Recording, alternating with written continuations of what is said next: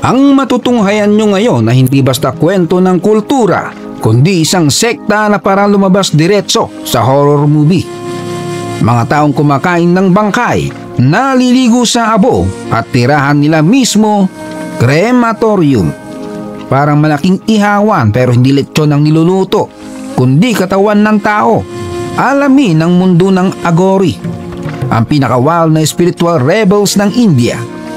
Kung akala mo extreme na si Boy Tapang sa mukbangan, dito sa mga Aghori, matutunaw ka sa kilabot at katatawa.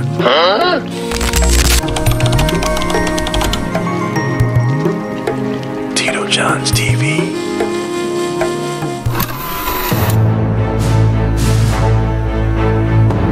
Maliit lang ang grupo nila, pero sila na yata ang pinakakinatatakutan sa Hinduism. Bakit kamo? Kasi kung karamihan ng tao may sinusunod na moral at bawal, sila naman bahala na si Batman. Para sa kanila, imbes na iwasan ang kamatayan, mas gusto pa nila magipagbarkadahan dito. Yung iba nililinis ang Ganges River para gawing simbolo ng kabanalan, pero ang Aghori abay mas gusto nilang sumabay sa agos ng kamatayan. Pati na rin sumubo ng kahit anong madumi na tinatapon ng kahit sino. Sa kanila walang banal o bastos, walang holy o unholy, walang mabuti o masama. Lahat pare-pareho lang. Ang buhay at kamatayan para sa kanila parang tapsilog lang yan. Magka-combo meal na hindi mo pwedeng paghiwalayin. Para sa Aghori, lahat ay parte ni Shiva, ang Diyos na sabay na tagagiba at tagagawa. Para sa karamihan ng Hindu, ang goal ay simple lang: manatiling malinis, banal at matuwid. Walang dumi, walang bangkay, walang iw. Pero itong Aghori parang may sariling season finale. Ayaw nila ng clean and green. Mas trip nila yung dirty and extreme. Sabi pa nila kapag nagtatakda ka ng mabuti at masama, para ka lang naglalagay ng reha sa sarili mong kaluluwa. Kaya imbes na magpa-spiritual retreat, sila abangers sa libingan. Kakain ng tira-tirang karne ng bangkay. Hindi dahil gutom sila, kundi para lang burahin yung salitang kadiri sa utak nila. Para sa kanila, ang kadugyutan daw ay ego lang ng tao na ayaw tanggapin na lahat ng bagay, pati Eva, ay equal. May isang Aghori guru pa nga nag-drop ng mic. Kung ang gatas ng baka ay sagrado, bakit pag-iin ng baka biglang unclean? Pareho lang namang gawa ni Shiva. Abay, may punto nga naman. At habang tayo ay takot na takot sa kamatayan, iyakan dito, kaba doon, ang Aghori naman, chill lang sa tabi ng sinusunog na bangkay. Imagine nyo, amoy sunog na laman, tunog ng butong bumubutok habang nilalamon ng apoy. At katawan na dahan-dahan nagiging abo. Para sa atin nakakakilabot na yan. Pero para sa Aghori, life lesson yan. Walang forever, lahat natutunaw. Kung ang ibang Hindu naliligo sa Ganges para luminis sa kasalanan, ang Aghori, sumisisid para humanap ng bangkay. Kung iba iwas sa abo ng cremation, sila parang Johnson baby powder, diretsong ipinapahid sa katawan.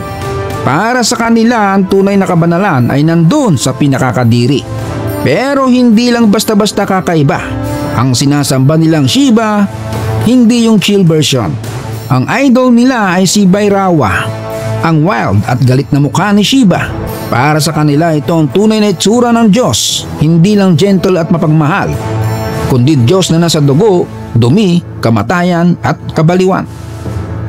At dito pumapasok ang core belief nila na ang buhay daw ay isa lamang illusion, parang panaginip na mahaba at nakakaloko. Lahat ng pinahalagaan natin, pera, posisyon, pag-ibig, katawan, temporary lang daw. Kaya sila, deadma kung tawaging pulubi o baliw.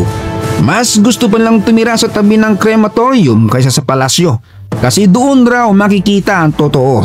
Yung mga modernong psychologists sinubukang i-explain ng Aghori na para bang mental shock training lang, pero masyado daw malalim ang kanilang filosofiya. Para sa simpleng logic, kasi ang Aghori hindi lang kultong baliw na kumakain ng bangkay. Sila ay spiritual rebels. Sa unang tingin pa lang parang bangungot ang buhay ng Aghori. Ang katawan balot ng abo, Ang buhok, dreadlocks na parang hindi nakakakita ng shampoo. At yung tirahan nila, aba, hindi mansion kundi tabi mismo ng crematorium na puno ng bungo. Sa Ganges River, lalo na sa Manikarnika Ghat sa Varanasi, walang patayan ng apoy. 24/7 nag-iihaw ng kaluluwa. Doon sila natutulog sa lupa, sa abo o sa tabi ng punong kahoy na gagamitin palang pangtusta ng bangkay. Ang gabi nila, meditation habang background music ang tulog ng butong pumuputok. Luxury, denma. Damit, hindi uso. Halos subad lang. Abo ang pinaka-jacket nila. Tapyas na basahan ng fashion. Para sa kanila, simbolo yun ng pag-let go sa hiya at sa katawan. Kung ang body ay magiging abo rin, bakit mo pa papagandahin ng branden? At eto na ang pinakamalupit. Kaya nilang kumain ng tira mula sa patay. Bulok na putas, na bulok na karne ng hayop o kung ano-ano na lang. Pero never silang humihingi. Ang dating, kung may bigay si Shiva, jackpot. Kung wala, fasting time muna. At kung kadire, edi lalamunin pa rin. Kasi para sa kanila, total acceptance yan. Wala silang bahay, trabaho o kahit pangalan. Wealth, status at pangalan, mga tanikala lang daw ng kaluluwa. Ang mahalaga, full freedom, one with Shiva. Kaya naman sa India, mix ang tingin sa kanila. Karamihan takot, pero meron ding lumalapit for blessing o healing. Sabi pa nga ng iba, kaya nilang magpagaling gamit ang dasal o manggayuma. At minsan daw nakakahula pa ng future. Kaya kahit kinakatakutan, minsan nire-respeto rin.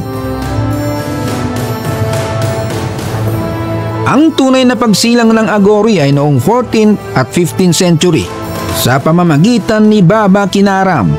Ayon sa kwento, bata pa lang kakaiba na siya. Mahilig tumambay sa libingan, walang takot sa kamatayan at feeling close kay Shiva. Nung makilala niya si Baba Kaluram, ayun, na-unlock niya ang secret teachings na life and death, clean and dirty, good and bad, lahat illusion lang. Itinatag niya ang Aghori Center sa Varanasi at mula noon tumuloy ang tradisyon. Maliit lang ang bilang nila. Hindi nila trip magparami ng followers kasi hindi para sa lahat ang landas nila. Pang-elite lang, elite in weirdness. Yung handang iwan ng comfort at harapin ang dilim sa loob ng sarili. Kaya naman hindi nakapagtataka kung bakit practices nila ay parang pang fear factor extreme. Meditation sa bangkay, inom gamit ang bungo ng tao. At pagsira sa lahat ng human boundaries kasi sabi nila doon daw nagtatapos ang illusion at nagsisimula ang tunay na kalayaan. Akala natin bangungot ang buhay ng Aghori, pero para sa kanila, yun daw ang daan papunta kay Shiva.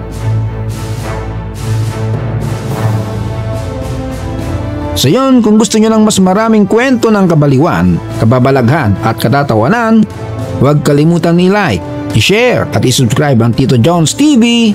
Hit mo na rin ang kampana para updated ka sa lahat ng kwentong nakakakilabot pero nakakatawa. Dito lahat ng weird may kwela.